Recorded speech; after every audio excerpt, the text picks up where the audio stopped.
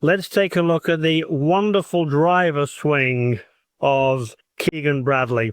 A couple of interesting matchups here. You can see I've sketched a silhouette around his body. And there's going to be three things to get from this video. Behind, and up. What am I talking about? Keegan Bradley, one of the best drivers. Look how he moves away from the ball. Look how he moves behind it. He's coiling into his right leg. The ball's not that far forward, but he is going to hit up at it. And he does it because he gets behind. Probably at some point, one of his early teachers, Jim McLean, told him to get his lead shoulder over his trail foot. And I think it's stayed with him since then. So he gets behind it extremely well. Now watch this. As he shifts and rotates, he stays behind it. And so when he gets to impact, there is no doubt that he's further behind the ball than he was at address. That's how he gets away with that forward ball position. You can see there just how much side bend, as we call it these days, that he has, how much tilt in the body he has, how much his right shoulder is working down and under the chin.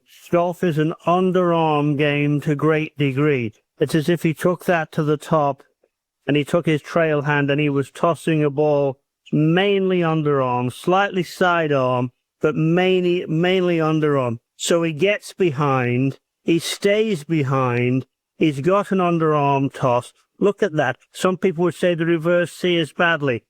Good job that Keegan Bradley hasn't heard that's a bad move to make. Now, last thing I want to talk about here, very important. You can watch again, I'll put one line in. He gets behind it. He stays behind it. Now, this is a really important point.